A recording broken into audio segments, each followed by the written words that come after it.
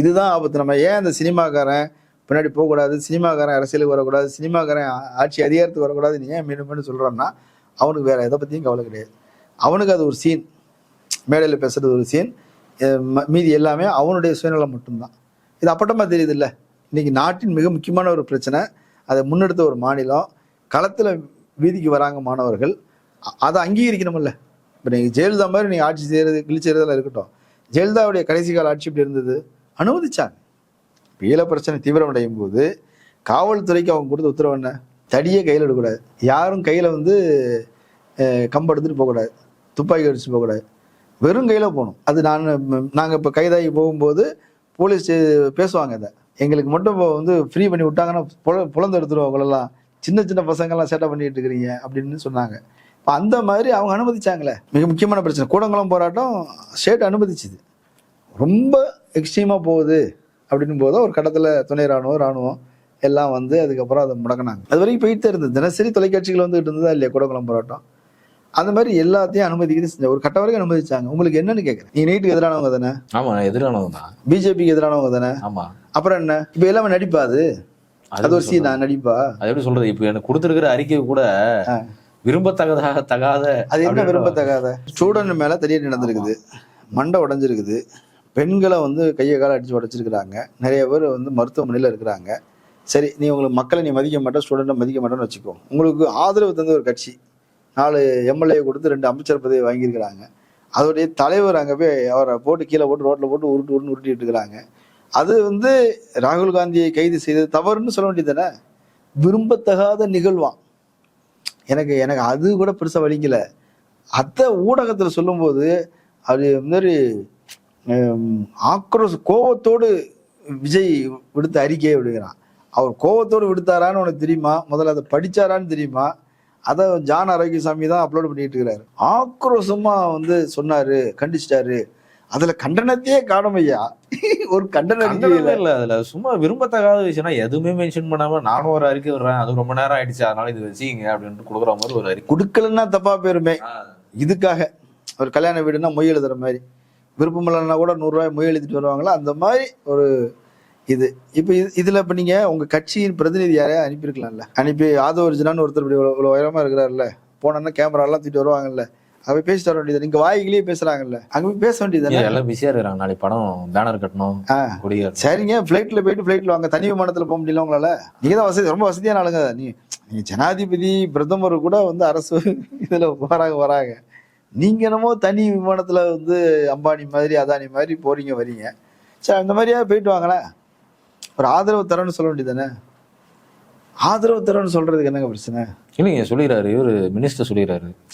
Minister பேசுவாங்க, அவங்க ஆதரவு தரன்னு சொல்லுவாங்க, நாங்க அதை பண்ணிடுவோம் இதை பண்ணிடுவோம். விஜய் சொந்த கை காசு தான் 2500 ரூபா கொடுக்க போறாரு அப்படிலாம் பேசுவாங்க. அதனால நாங்க இதெல்லாம் நம்ம கணக்குல சேர்ந்து இந்த அமைச்சர்னு இருக்கிறாங்க இல்லையா, இது எல்லாம் கூறுகிட்டதுதான். இவங்களை டிஸ்கஸ் பண்ணி எந்த முடிவும் முதலமைச்சர் எடுக்கிறது இல்லை. அமைச்சரவையை கூட்டணுங்கிற ஒரு சட்டம் இருக்கிற காரணத்தினால உங்களெல்லாம் கூப்பிட்டுக்கிறோம் அப்படின்னு கூப்பிட்டுட்டு வாங்கப்பா, எல்லாரும் முகத்தையும் படம் பிடிச்சிட்டு போங்க, அந்த கிளிப்பிங்ஸ் வந்துருச்சா போங்க, நாங்களே அனுப்பி விடுறோம் போங்க, இவ்வளவு தானே.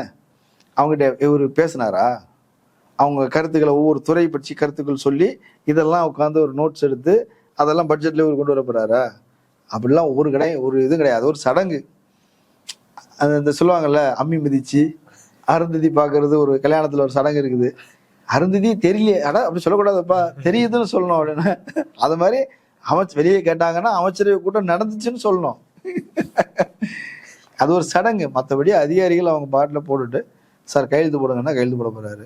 இல்லை வேற என்ன பண்ணிடுவாங்கன்னு நினைக்கிறீங்க? இப்போ அழைப்பு விட்டுருக்காங்க, எல்லாரும் வகுப்பு புறக்கணிச்சுட்டு, எல்லா மாணவர்களும் எல்லா கல்லூரி மாணவர்களும் புறக்கணிச்சுட்டு வாங்க அப்படின்னு. இந்த பக்கம் ஒரு போராட்டத்தை அறிவிக்கும் போது, இந்த பக்கம் நாங்கள் படத்தை ரிலீஸ் பண்றோம் அப்படின்னு வைக்கும் போது இது எப்படி பாக்குறது? இல்லை, வகுப்பை புறக்கணிச்சுட்டு வாங்கங்கிறது அவங்களுடைய கோரிக்கை.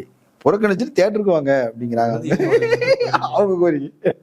வகுப்பு புறக்கணிச்சிருங்க, வீட்டை புறக்கணிச்சிருங்க, வேலையை புறக்கணிச்சிருங்க, லீவு போடுங்க, எல்லாம் போட்டு படத்துக்கு வந்துருங்கிறான். அவங்க போராட்டத்துக்கு வாங்க அப்படிங்கிறான். நாட்டு மக்களுடைய நலன் முக்கியம், எதிர்காலம் முக்கியம் அப்படின்றாங்க. எதிர்காலம் நாசமா போட்டோம், இல்லைன்னா தியேட்டருக்கு வா அப்படின்னு இவங்க சொல்றாங்க. இதுதான் இதுல உள்ள பிரச்சனை. இதுல நமக்கு என்ன கவலை அப்படின்னா, எல்லாத்தையும் விட்டுட்டு போராட்டத்துக்கு தமிழ்நாடு இன்னைக்கு போராட்டத்தை விட்டுட்டு சினிமாவுக்கு போக போகுது, ரிலீஸ் பண்ணுறாங்க. உலகம் முழுக்க 8000 தேட்டரில் ரிலீஸ் பண்ணுறாங்க, இந்தியா முழுக்க 3000 தேட்டரில் ரிலீஸ் பண்ணுறாங்க.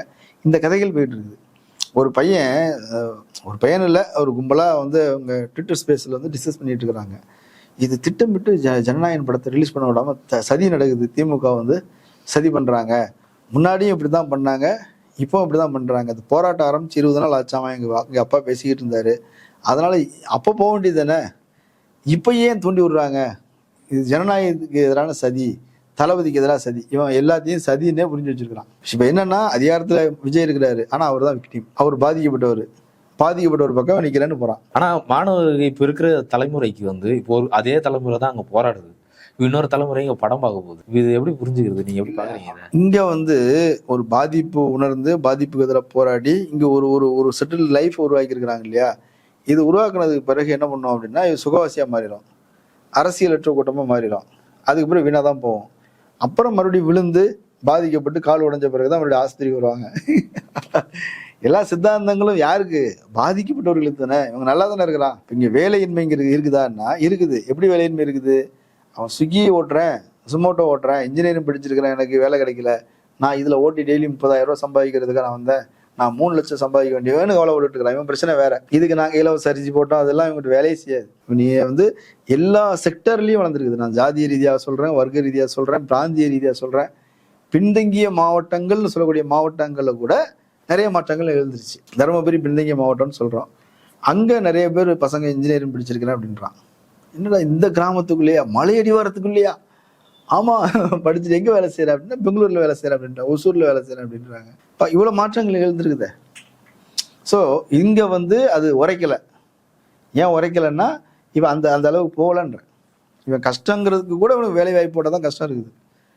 புல்லட்டில் வந்து ரேபிட் ஓடுறான். டேய், பெட்ரோலுக்கு கட்டுப்படியாவாட? ஆமாண்ணா, 200 300 தான் கிடைக்குது, 1000 ரூபா கலெக்ஷன் ஆகுது, எல்லாம் பெட்ரோலுக்கு போயிருதுக்குறான்.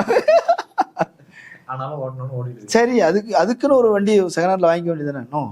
இந்த வண்டியில் ஓட்ட முடியுமாண்ணா? புல்லட் ஓட்ட முடியுமாண்ணா அப்படிங்கிறான். இதெல்லாம் மைலேஜ் கம்மியானது. என்னன்னா, இந்த வேலை செய்யறதுக்கும் உங்களுக்கு அவங்க அப்பா அம்மா வந்து ஒரு KTM பைக்கோ ஒரு 1.5 லட்ச ரூபா பைக்கோ வாங்கி கொடுத்துருக்காங்களே. அதனாலதான் இவங்க ஓடி போய் விசில் அடிச்சுட்டு வந்துடுறான். புரியுது. இப்போ இந்த போராட்டம் இது எந்த நிலையை நோக்கி போகும்? அடுத்து கேட்ட நிலைக்கு என்னவா போகணும்னு பாக்குறீங்க? பெரும்பாலும் இது ஒடுக்கப்படும். ஆனா அதுக்குள்ள எவ்வளவு தூரம் ரீச் ஆகணுங்கிறது தான். நான் வந்து ஏற்கனவே ஒன்று சொன்னேன், இது பெரும்பாலும் உயர் சாதியினர், உயர் தட்டினர் தான் இதுல வராங்க. ஏன்னா அவன் தான் ஃபீஸ் கட்டி கோச்சிங் சென்டருக்கு போக முடிஞ்சிருக்கு. பிற்படுத்தப்பட்ட மக்கள், பட்டியல் சாதி மக்கள் இல்லைன்னு சொல்ல முடியுமா? இருக்கும், அவங்களும் இருப்பாங்க. போராட்டத்துக்கு வந்திருப்பாங்க. அதிகம் பாதிக்கப்பட்டவங்களா இருப்பாங்களா? ஆமா, ரியலா பாதிக்கப்பட்டவங்க அவங்க தான். ஏன்னா அவனாலதான் ஃபீஸ் கட்ட முடியாம போயிருக்கும், உள்ள யோசிச்சு பார்க்க கூட முடியாம போயிருக்கும் இல்லையா? ஸோ எல்லா கேட்டகரியும் வந்திருக்கிறாங்க. என்னன்னா, அதை நம்ம ஆச்சரியமான விஷயம் என்னன்னா, இந்த கேட்டகரி எங்கேயுமே வரவே வராம இருந்தவங்களையும் வீதிக்கு கொண்டு வந்திருக்கிறான். ஆமா, ஒரு பெரிய ஒரு மாற்றம் உள்ளது. எங்க ஆட்சின்னு ஓன் பண்ணிட்டு இருக்கிற மக்கள் வீதிக்கு வந்திருக்கிறான். பிஜேபி அரசை தங்களுடைய அரசாக, சொந்த அரசாக, தங்க அக்ரகாரத்திலிருந்து உதித்த ஒரு அரசாக பார்த்தவங்க கூட வந்து இன்னைக்கு வீதிக்கு வந்திருக்கிறாங்கிறது தான் இதுல ஒரு பெரிய மாற்றம். இன்னொன்று, இது ஒரு அநீதிக்கு எதிரான போராட்டம். நம்ம யார் வந்திருக்கிறாங்க, பூணல் போட்டுக்கிறாங்களா இல்லையா, குடிமை, அப்படி நான் பார்க்கல. அநீதிக்கு எதிராக எல்லாரும் போராடணும். நீ மட்டும் அக்ரகாரத்தில் சொகுசாக இருந்தால் இப்போ நீ வந்திருக்கிறாங்கிறது தான்.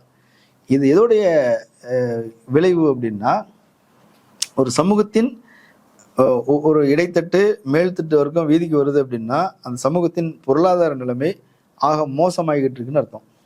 ஒரு நாடு ஆக மிகப்பெரிய நெருக்கடியை சந்திச்சுக்கிட்டு இருக்கு அப்படின்னு அர்த்தம். இதுதான் இதில் புரிஞ்சுக்க வேண்டிய விஷயம். ஒரு மிகப்பெரிய மாற்றத்திற்கு நாடு தயாராக இருக்குது அப்படின்றது அப்பட்டமாக தெரியுது.